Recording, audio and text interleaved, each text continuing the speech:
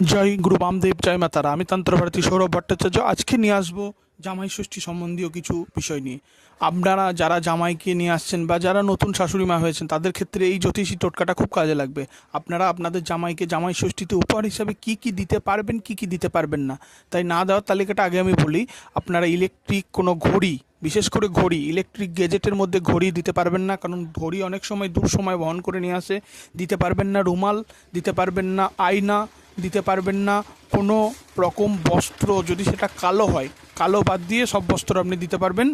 আর সব সময় লক্ষ্য রাখতে হবে যে আমি যে জিনিসগুলো দেব সেগুলোর মধ্যে যেন ব্ল্যাক কালারটা অ্যাভয়েড থাকে। তাই কি কি দিতে পারবো সেই তালিকার মধ্যে যদি আমি পড়ি, কালো বাদ দিয়ে যে কোনো ধরনের পোশাক আপনি দিতে পারবেন। ইলেকট্রিক গেজেটের মধ্যে ফ্রিজ, টিভি, আলমারি, ফ্যান, এগুলো আপনি দিতে পারবেন।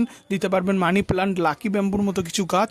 এছাড়াও শুভ সম্পর্ক ও মিষ্টতা বজায় রাখার জন্য আপনি চকলেট জাতীয় জিনিস এবং ড্রাই ফ্রুটস ব্যবহার করতে পারবেন। একটা জিনিস মাথায় রাখতে হবে, আমার আইটেমের মধ্যে যেন কোনো ব্ল্যাক কালার না থাকে, এবং দই আর হলুদের ফোঁটা তো মাস্ট। তাই সকলের জামাই সুস্থ থাকুক, সকলে ভালো থাকুন। আমার সঙ্গে সবাই মিলে একবার বলুন, জয় গুরু বামদেব, জয় মা তারা।